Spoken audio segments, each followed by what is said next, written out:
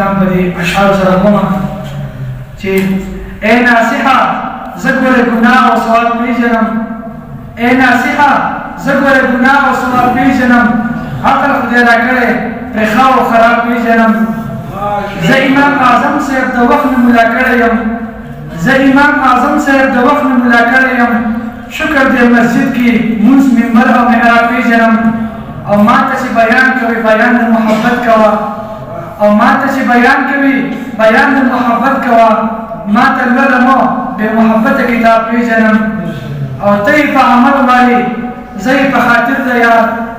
او ته یې په عمل والي زه یې په خاطر د یار زه په عاجزۍ طرف په در کې حساب پېژنم او زه د محبت د مدرسې نه فارغ شوی یم او زه